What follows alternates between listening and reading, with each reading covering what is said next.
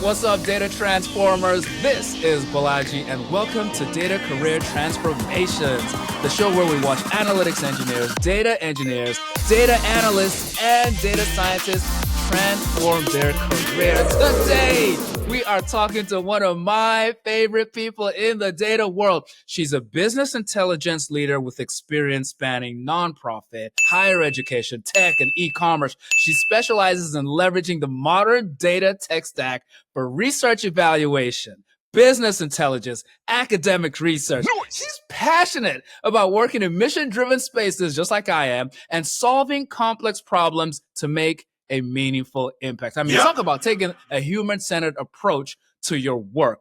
But here's what you don't know about this rock star. First, she has a collection of art supplies that she barely uses. We're going to take you to task on that, Miss Thing. Okay, she also publishes every Monday on LinkedIn. Don't miss her Monday musings. She's not a horror fan, but she actually went to watch Ryan Coogler's Sinners. Okay, you're gonna have to confess. You're gonna have to confess on that. And she has right now in her kitchen 10 different varieties of tea. Really? Are we going to need an intervention? Stay tuned. Please help me welcome Senior BI Analyst at JustWorks, Miss Millie Symns. What's up, Millie?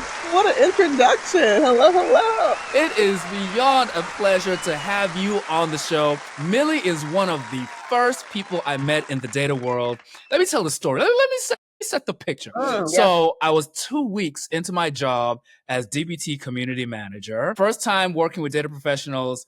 First time being a community manager, if we're being honest. And I'm thrown into this conference with 3,000 people, a little bit intimidated. And I run into Millie Symns, a friendly face, very knowledgeable about the space. And we just had a great time hanging out that week. So Millie, thank you for making my first couple of weeks at DBT very welcoming. And now I get to welcome you. Oh, thank you so much. Yeah, so glad to pop into you and chat with you. That was really cool. Was that your first coalesce that you had attended? Yes, I think so. I remember, yeah. Excellent. Yeah, the conference is maybe 5 years old right now, and it's always interesting to run into people who've been to multiple of these things because it seems like it tends to grow quite a bit. It's my second. Each year. You've been to, which one did you go to? Was it New Orleans? No, it was in San Diego. San Diego. San Diego. Yeah. Excellent. Yeah. Every time I tell people I'm going to talk to Millie, their faces light up. They're like, Millie. Yes. So Faith says hi. Amada says hi. You got a lot of fans in the DBT community. But I do like to ask, we're going to ask you about your origin story because I'm very curious how you got into the data world. But first, we gotta take you to task on all these art supplies, gathering cobwebs in the corner. What is the deal, Miss Millie? You got to feed your soul. You got to invest in the art. How did you get into art in the first place? Well, I think it's like always a thing that I like had from childhood, but then I also went to a college that was formerly an all women's college. And one of the traditions involved lots of like crafting of things. So then that fed my need. So I had lots of paints and brushes, papers and things. Yes. And I just like watercolor, but however, I really love the supplies and it's all very pretty and I want to do something with it, but it's almost too cute to like use, so just kind of leave it there. That's a mess. Oh my gosh. I mean, I get that though. I get that. I sometimes love the idea of starting a project and I love the idea even more of the finished project, but the in between of doing the project, it's like, I could take or leave that part. So that's cool though. I love that you have something outside of data that really feeds the soul. You've talked and you do talk quite a bit about mission-centered projects. I'm interested about the intersection between that and data. How have you managed to merge the two? Yeah, I think it mostly stems from the starting point of what I cared about while in school and then immediately after school. So I in undergrad got to study, got exposed to the concept of first generation college students because I majored in sociology and ended up having that as like my thesis Wow. for undergrad. And then I made that Wow. spill over into graduate school. So one of the things I really cared about is like education and access to resources for underrepresented and underprivileged students. Mm. So from there, like having that kind of like mission to like really have programming or resources to help a group of people that I like feel connected to, Yes. and I grew up and around with. I then took that with my first job, like out of grad school, in Mm. doing education evaluation, like program evaluation. And so having that mission of just like, working in an org with at the City University of New York and really focused on programs that were helping students in high school to like earn Mm. college credits and like be prepared for college as best as they could. And then tackling that with like my like inquisitive nature and like wanting to like answer the big questions, and data was the best way to go about that. Because there was a time where I Mm. was just like, oh, I could go into clinical work, but then quickly realized like, you know what, maybe clinical work is not for me because I don't necessarily want to handle individual problems, but I love a good Interesting. collective issue. And so data is like the best way to Interesting. do that. Yeah. I love that parsing there that you've done where you're still sort of working in that space, but from a different end of the problem. Hmm. What was Millie like as a child? Were you the one who would always ask why? Why? I definitely did like to understand why we're doing something. Like it needed to make sense to me. Oh my I gosh. think I mean I was a very like shy person. And if you were to ask my mentor, she would say the way that she would describe me, like as she would have imagined me as a kid from knowing me as an adult, is that I was the observer in the room. Like I'd be really quiet. I'm there like kind of collecting information. Yes. But then, if you come and ask me like, oh, like what my thoughts are, I can like synthesize everything because I've been there like processing everything and trying to make sense of all the things while everyone Yep. else is like, yammering away.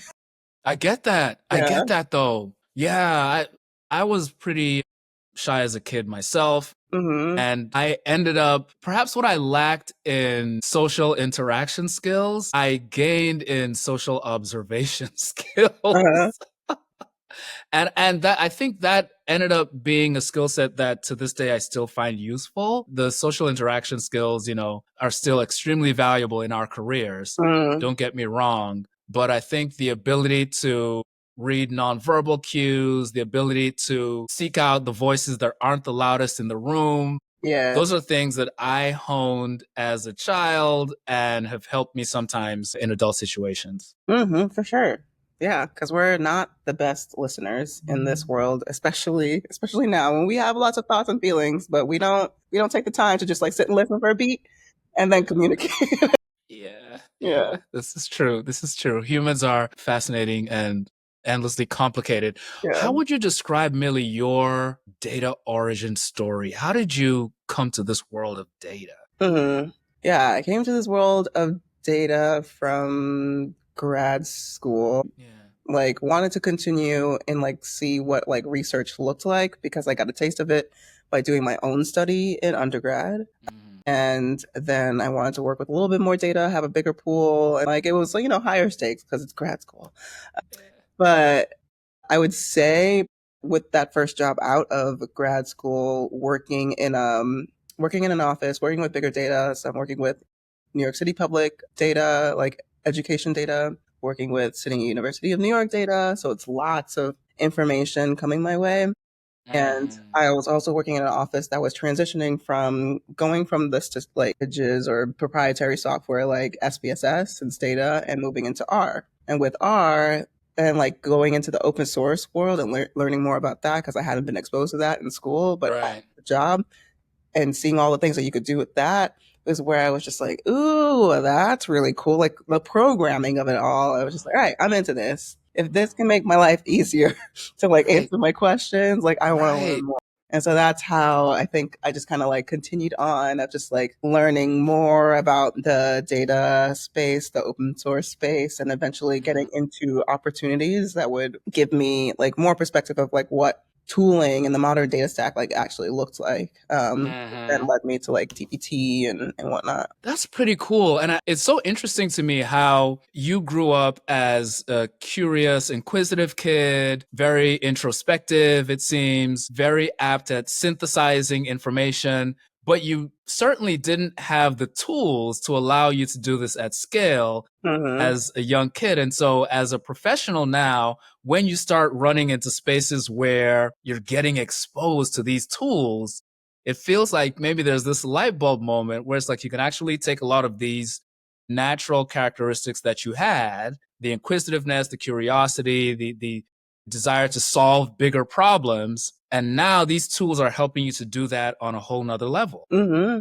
Yeah, for sure. It's really nice to like thinking and like reflecting about my, I guess, trajectory in Yeah. my career, how much I get to like be like, I guess, connected to technology and like Mm. try my best to use it in ways that I guess feed into the missions that I care about. Yeah. Yeah, yeah, yeah.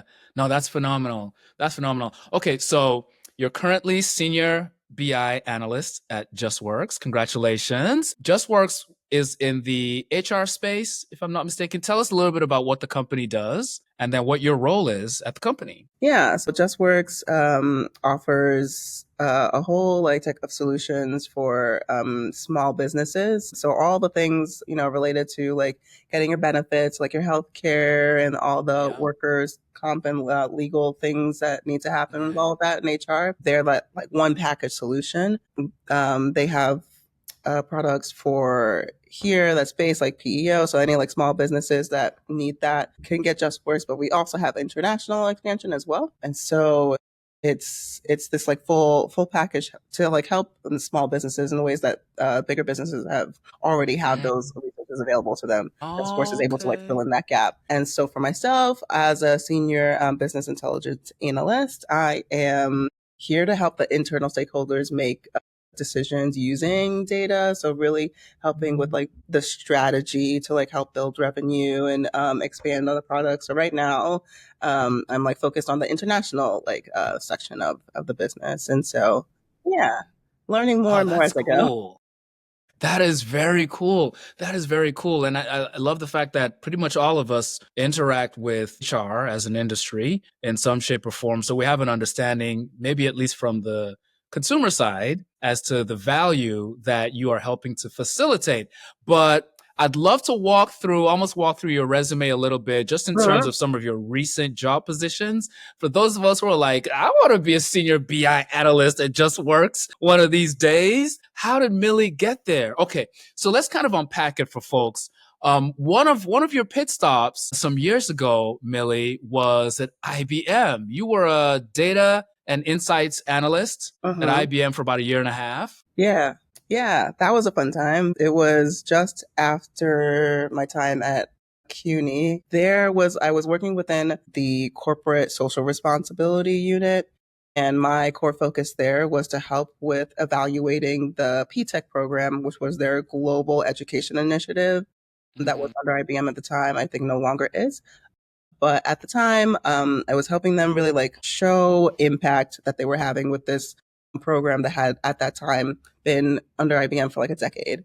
And so I was helping with like data, creating case studies and surveys, helping the program directors and other coordinators do their job as well as they can. Very cool. Very cool. Was that your first data job officially, or had you had some data titles prior to that? No, I would say my first data job was before that with City Okay. University in New York. Yeah. Got it. Yeah, Got it. there at IBM, I would say like I took the expertise that I had in education, and then specifically that kind of like program and help apply it into the private sector. So whereas I've Mm, been like in nonprofit and education, doing my thing, saving mm-hmm. lives, like I like to think, Yep. Yep.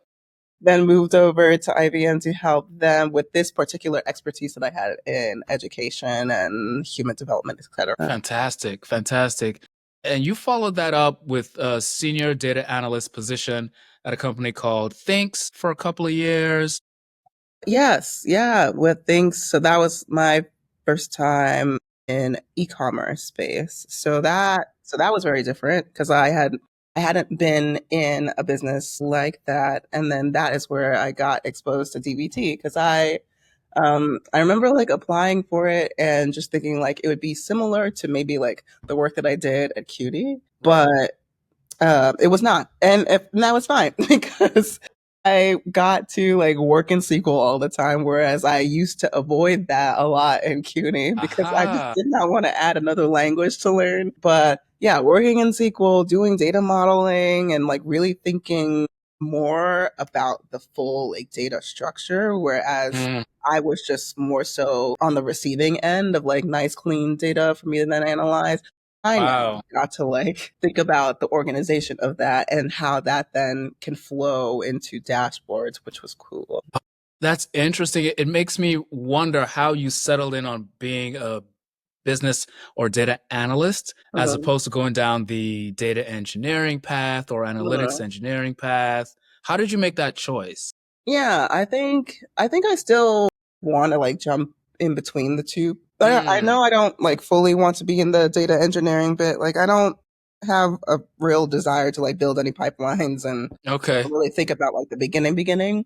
But I do like analytic engineering for the fact that like, especially for like an analyst to really know and appreciate how your data should be shaped and Yes. saved and done so efficiently. It's just like a really interesting like thought process that is like the core Mm, work of like an analytics engineer. But I think for me and like the way that I work and the way that I like to work, I do tend to lean towards the end of that spectrum. If we're thinking it of a spectrum, I think there's I lots of got you. levels to it, but let's go. Yeah. Yeah. I got you.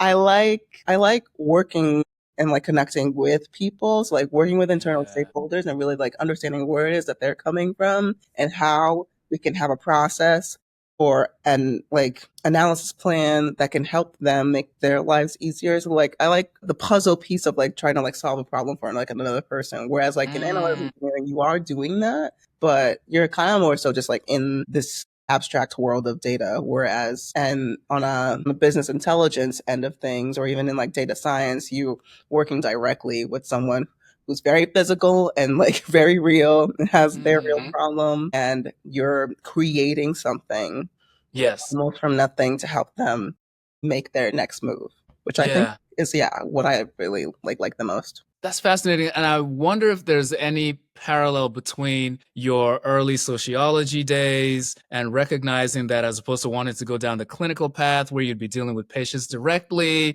you prefer to work maybe in a slightly more abstracted level, but still helping people solve problems. That sort of self discovery, it intrigues me because so many of us maybe don't necessarily look back to Hmm. figure out how exactly did I end up here? Was it a straight path? Were there some missteps? Or were some of those missteps maybe even necessary to help me recognize what I don't want and what I Hmm. do want? What was your experience like? Yeah, I feel like it was a organic flow of things because Mm, even so, like I even as I was like trying to figure out what my job would be after like undergrad, like I yeah. spent a year like looking for something, having trouble doing that, and Mm. ended up being able to do it in AmeriCorps Vista year and a nonprofit. AmeriCorps. Wow. And so that was still in education, and I was like still looking like very specifically for jobs in education. Mm-hmm. Being on the ground for doing volunteer management and creating programming that way, I think the next thing that was like itching in the back of my mind was like, okay, how can we like know that what we're doing is actually making the impact that we intend to happen, which is Wow. all program evaluation. So while I was in the Wow. programming end, I was like, how do we know that we're doing, what we say we're going to do? So then Wow. that led me to grad school and working specifically on research that would help Okay. answer that problem. And then I was Okay. very focused on, okay, I want to do program evaluation and education. Where can I find that job? And then I got that Mm. and then did that. And then from there, my next itch was like, hey, what would these skills look like in another place? Because I had exhausted, I think, all of what I had to learn in this space. Like I had the expertise. I was like in and out of the education policy, and Yes. while I enjoyed that, I was like looking for something else. And then that led to me going into the private sector for a hot second, still with the bridge of education with Yep. IBM and their Yep. like corporate social responsibility, but a new space. And then getting to take that into another space with the e-commerce. Right. And now here, like I wanted to like continue with that and now be in like kind of like start up like small business, although JustWorks is technically not that small, but still nonetheless, they're addressing and helping small businesses. So That's true. That's true. yeah, it was kind of just like a where the water flowed kind of thing. Mm. I really like went with, but still with a very like targeted, I think, idea. That's helpful to hear. That is Mhm. super helpful to hear. I'd be curious about your setup at JustWorks. What does the data team look like? How is it set up? Who are you interacting with? What's your day-to-day like? Yeah, so as I understand it, the data team, because I'm still like a month in changing, the data team's like, I think about 40 people and it's divided out by specialties. So we're all one like data and analytics, but we have the data engineers, there are data scientists, there are analytics engineers, and then there's the business intelligence team that splits by like intelligence and insights, so like focused like areas of like expertise or areas of work. Right. And we all service the like entire company. And like while we'll have like our pillars of just like things that we're like focused on, we're still, working as like one big team, one unit to help the business make decisions. Mhm. Yeah, so that's the setup right now. And like for my day to day, I'm still very much in the onboarding space, but Makes sense. as I'm learning and as I'm observing, it's a lot of like being connected with the stakeholders, like drilling into questions that we have or insights that we have and like taking like into like double clicking more and more into it to like see the whys behind the numbers that we're like generating, if that makes sense. Yeah. There's a question that I love to ask folks often, and I think could be quite pertinent here. It's relating to stakeholders. Mm-hmm. In particular, what challenges might you have encountered when communicating insights to non-technical stakeholders over the span of your career? And I think you might have a unique perspective because you've worked in education, you've worked in e-commerce, you've worked in a couple of industries that we don't necessarily see put next to each other. Mm-hmm. How has the stakeholder communication process worked for you? Mm-hmm. I would say like probably like similar problems that any other like technical person may have or may run into.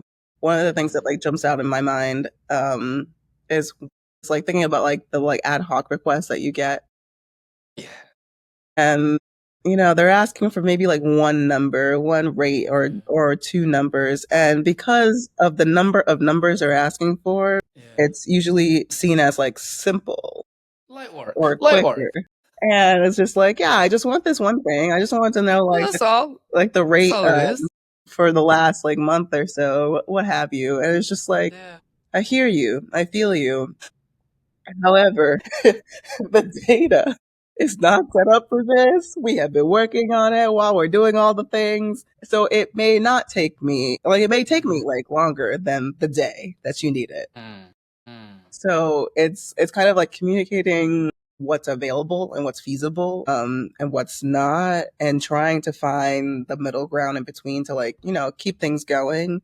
That's like the thing that like pops into my mind of like what tends to come up when Yeah. speaking to those that are not like deep in the data as like a analyst is. I wonder, Millie, to that end, how the level of data literacy within an organization could impact stressors in your job from day to day. If your colleagues are generally more data literate, maybe their requests are better formed, maybe the expectations are more realistic. Have you seen any fluctuation across these different industries you've worked at in terms of level of data literacy? Mm-hmm. Yeah, I think there are certainly lots. And what as you were saying that, I was thinking of like how the interactions have been, and I feel like Mm. the there's more of an understanding and a true deeper understanding of data literacy if you actually interact with the data.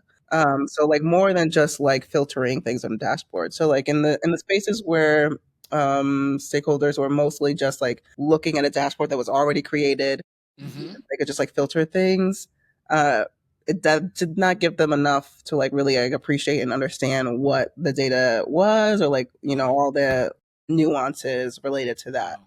But Yes. for the times where they got to like, pull out fields and maybe make a little dashboard for themselves, then they can Mm. understand, even if they don't fully know what's happening in the back end of all of that, they like Mm. understand like what's available and how to like get that themselves. And I think Mm. that's just like human nature too. It's like you don't really truly appreciate something, I think, until you're like able to make it for yourself. Like for example, like I allowed to like ask for like a mango jam, right? That like a homemade mango jam. And that was Yeah. like my favorite thing as a kid. Making Yeah. it like as an adult, learning what it to like you squeeze all the mangoes, you put all the sugar, you're stirring for hours until it caramelizes, and you're Oh just my like, gosh. this is what it takes to get that. And now I know. Now I Like understand I'll and just pay the appreciate. $8 for the jar. Or like, yeah, baking a cake. I love a good food analogy. Like you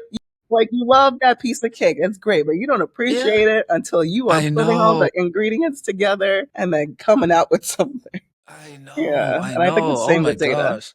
Oh, that's very, very true. It reminds me of being a teenager. I think I was like 14 or 15 years old. We had spring break and my friends were coming over, all the fellows were coming over. I decided to bake a cake. Mm-hmm. And so I'm baking this cake and then the guys come over. This is my first time baking a cake, by the way. Mom Mm-hmm. wasn't home. My big sister, who's a wonderful cook, she wasn't home either. I was like, Uh-huh. I'm going to do this.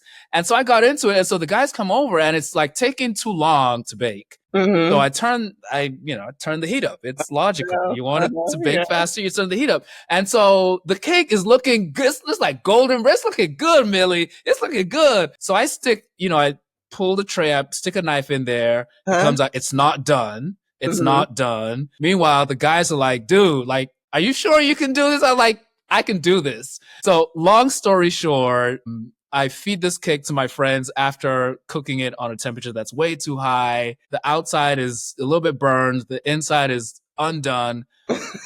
My friends missed school for the next 2 days because they had problems. They had stomach problems. We'll just leave it at that. That was the last cake I baked. I pretty much have PTSD. Trust the process, people. If Millie tells you she needs time, let her bake the doggone cake. The truth though, like you don't My want it rushed. gosh. You want its things to be accurate.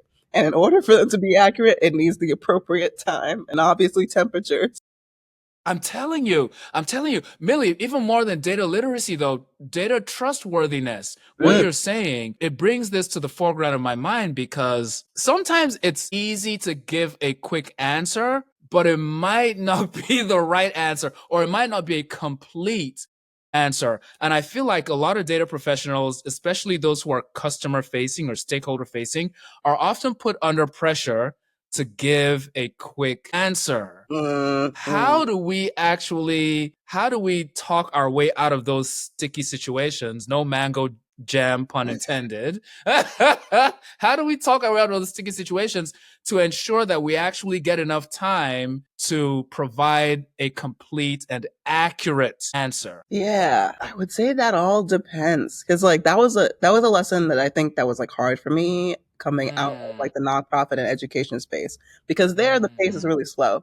And so Yeah. I have the time, and even if they do want something relatively quickly, that relatively quickly is like a couple of weeks. And like I still have the Wow. time to like really like dig in, make sure the answers are correct. And like there was always room to like really like push back and like make the space Mm, and the argument for like mm. accuracy. But in business, that is less so, because Yes. especially in like revenue, like like driven like profit making business, True. That's you really true. do have to make decisions like really quickly. Yes. And the perfectionism that I basically was like instilled with in education did not fit in the Wow. private sector. And that was like one of the things I had to learn, like in IBM. They just like the best answer that you have, even if it's not perfect, Wow. we still just need an answer to like Wow. find a way to like then move forward, which I, Gosh. I felt was crazy. It's completely wrong and it sends you in the wrong direction. Like if Uh, maybe if we spent more time just yeah. seeing what happens. Right, right. But no, that it really didn't matter. We needed an answer then. So I think the things with this is mostly just like expectation, like Mm, management, and mm. and also a good analyst has like the foresight to really know what the stakeholder needs. So like if you're really in tune with Ooh. what your stakeholder needs are, what they're thinking about, and what they may inevitably ask, you will then be Mm. prepared for the time when the time comes when they're asking those Wow. questions on the dot. And like that's a Wow. hard thing to like learn. Like it does take some time. Like I'm starting to like try to figure that out here so that I could be Wow. best prepared. But I think that's what helps when you are in those situations, when those situations come up. You may not always have all the answers, but you may get close or like know enough to be able to expedite that. Whereas if you're starting from bare bones scratch, like that's a little harder. Yeah. See, me and Millie were playing the long game back when we were 10 years old and we were wallflowers, just like sitting in the cut, just listening, gaining context. It was all for this moment.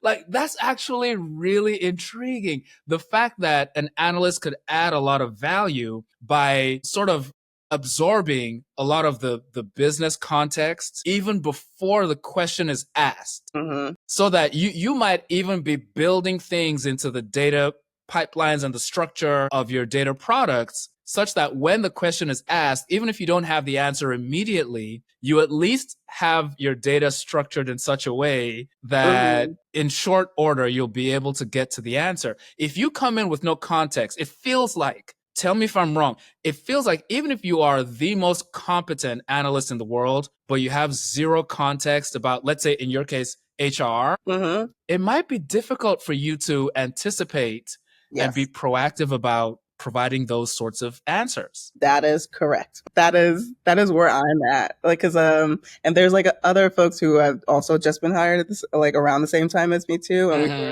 were just like reflecting on that. Like, yeah, we've been in the data space for how many like X years, and like we feel Yes. confident in our skills, and obviously, Yes. like we wouldn't be Yes. hired otherwise. But you almost feel, especially like for me in like a new place, and especially for me because I'm just like constantly going into new places that I have never been before. I'm sitting here just like, do I know what I'm doing? Do I know data? Mm, Do I know how to do this? And it's all because I don't fully like I'm not fully like confident in the context just yet. mm. But yeah, like as much for no, it doesn't matter how long that you've really been in the space. Once it's a new context, you really do have to Yes. understand the corners of all of it Wow. to make the best like I guess decisions and use of the data that you have available. I love that. I love that. I want to switch gears a little bit, Millie. This Mhm. this is a lot of fun. Yeah. Could you tell us about a project that you are proud of? Project that I am. We're not going to talk about art supplies. We're not going to talk about embroidery. We're going to give you like another 12 months, and then you got to come back with the art project you're proud of.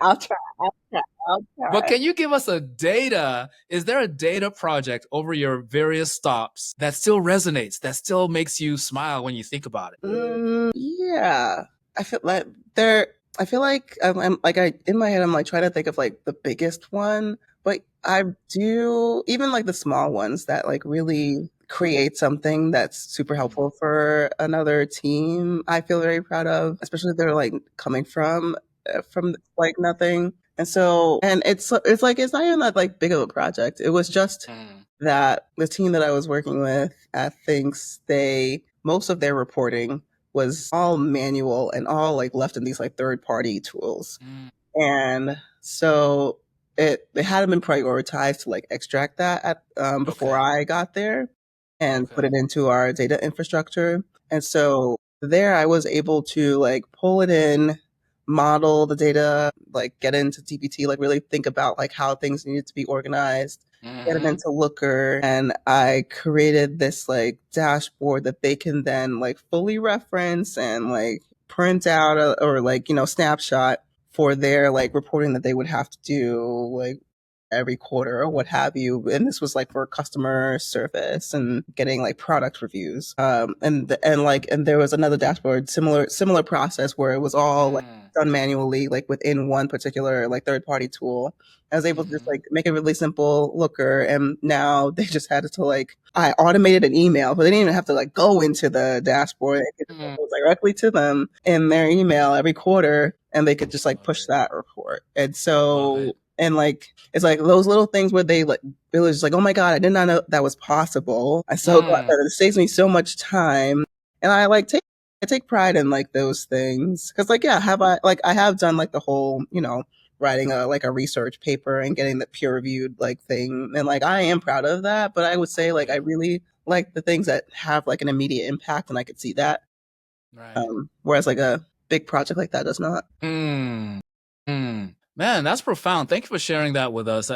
I feel like sometimes as professionals, we can get so caught up in the day to day of fighting fires and solving the next thing on the to do list. Occasionally, it's nice to sort of step back and have those, even if they're small wins, just have those small wins that remind us why we got into this space and why we love the work. Yeah. That feels good.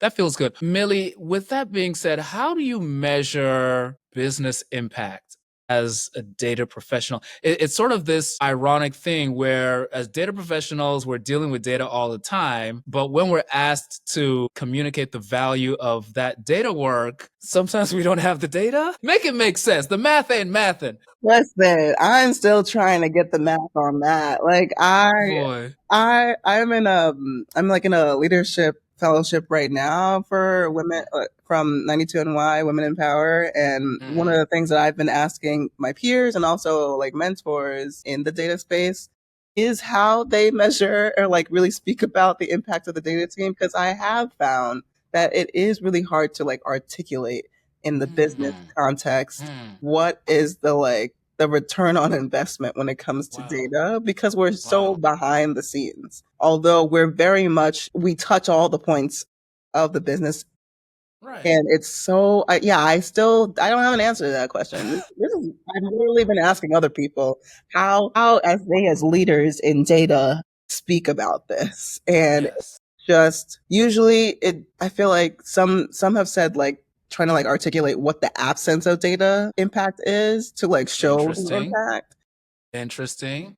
But yeah, no, I don't really know. I have no idea. I'm still trying to figure that out. I love that. And hey, listen, as data professionals, that is an answer we actually ought to get comfortable giving every now and then. I know it I is. don't know because I feel like I don't know is not the end of a conversation. It's a beginning because it gives permission for us to actually now go out with an open mind and Mhm. seek. Okay, let me try to form an educated hypothesis. Like, what do you got, people? Give it to me, and then let me test it. But I think particularly in the corporate world, there's often a lot of pressure we feel. There's Mhm. perceived pressure to always have an answer, always have like a quick answer as well, and sound confident, even if you're not. Like, just say Yeah. it with your chest. Like, just say it confident. But in the long run, that might actually hurt the business. We maybe sometimes have this, another guest on the show had used the term unearned confidence. Like Uh, sometimes we project that and it might win the day in the moment. It might win the day in that particular meeting, but then long term, are we building the business on a data foundation of sand? yeah. Yeah. Yeah. I agree with that. I do think it's very powerful, like to say when you don't know something, because I agree, like it gives that space to like opportunity to then go more into it or learn Mm-hmm. more about it.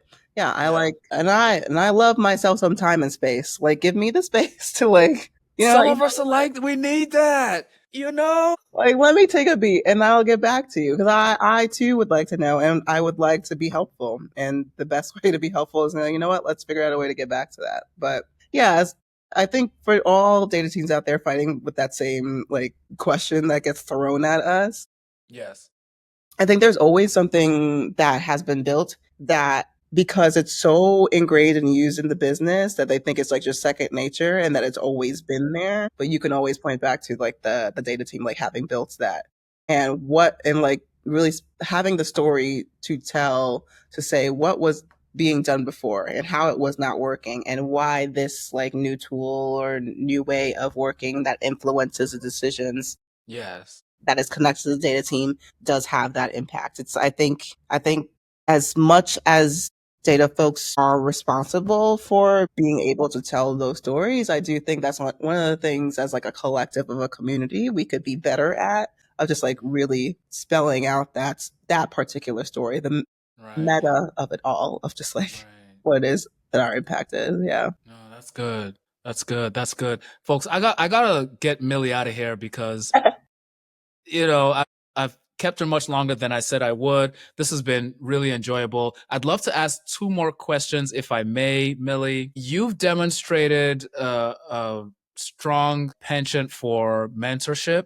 You have mentors, and you've also mentored other people. Why have you placed so much of an emphasis on that in your career? Yeah, for me, I personally learn best from others. I learn best from like seeing an example of it. So getting that connection with another person is really helpful for me in my own development. And because I really care about like, the energy that's brought to me to like then give that back to someone else, I like to then like give that back in kind and also be a mentor for folks who are like trying to break into the data space. Because I think it's all because again, humanity is like the core of which I like to like work with, and especially in the data space. And Mm-hmm. I think the best way to do that is to have that kind of mentor and mentorship, because I'm coming from background of folks who have never done this before, and so I'm just kind of learning Mm. all as I Yeah. go. And I know that I Yeah. would have liked someone who knew the things to help guide the way of just like what's the best Wow. possible path. So yeah, that's why I like it. No, that's really good. You've worked with data angels, Mhm. friends of the show. We've heard such great things about the organization. You're currently in 92 NY Power, if I Yeah, got that women in right. power. Women in Power. Thank you, 92 NY Women in Power. So this is really good. Might you recommend for folks who are interested in either being a mentor or receiving mentorship, would you recommend they get involved with an organization? Yeah, so I'm sure that in any of the organizations that people are working in, there are ERGs that are available that may have those like mentorship opportunities. So definitely like, especially if you want to like grow within your organization, you have that Mm, immediate like resource there, and you have leaders there that will also offer a hand. But if yes. you're looking to like break into another space, outside organizations certainly help with that. So there are lots of online communities that I like. So if you're in like a programming language, there's some sort of online community club out there that's connected to it. Mm, So there's data science, R for data science for the R folks. You can also find R ladies in there, data angels for the women, and data folks and allies. There's higher Black, there's baddies in tech, there's text giving, for the wow. startup place. They have stuff that, and you can like find those people who want to mentor. I think in all those spaces organically as well. Yeah, I think find what your flavor is. There, some spaces have Love more like that. formal settings than others. Like Data Yes. Angel has a whole like formal process for their Hmm. mentor mentee relationships and expectations on that. Yeah, I would say like putting I love yourself out that. there and connect, even like connecting with people in LinkedIn is like another way to Yeah. do that too. So helpful. So helpful. And I didn't know about a number of those that you mentioned. So we will include all of those in the show notes. Millie's just a wealth of information. This is great. Last question. Is there anyone, Millie, that's been particularly influential in your career that you'd like to shout out and give public acknowledgement? My God. I mean, apart from me, okay, so thank you. You're making me blush, but let's get some other people in here, Millie. Let's. There's so many people. I can't like. I feel like if I start naming a name, I'm gonna have to name other names. But I feel like all of my like growth and ability to like be in the role that I am today is because of the peers that I've like worked with, Wow.